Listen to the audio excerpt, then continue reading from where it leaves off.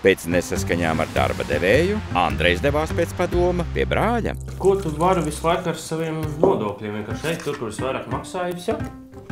Tā kā man tie klienti frizētavā, es saku, ejiet prasiet citiem tos čekus. Pareizi, tikai muļķis maksā tos nodokļus. Janvārī Māris saslima, bet kam tad ārstēšanās prātā, ja slimības lapu neapmaksā, turklāt deg pasūtījums?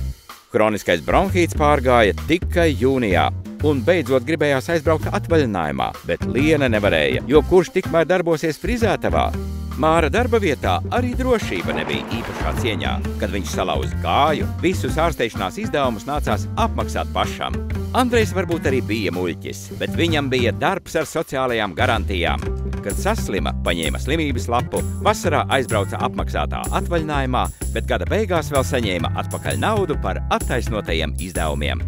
Skaties nākotnē un izvēlies darbu ar sociālajām garantijām.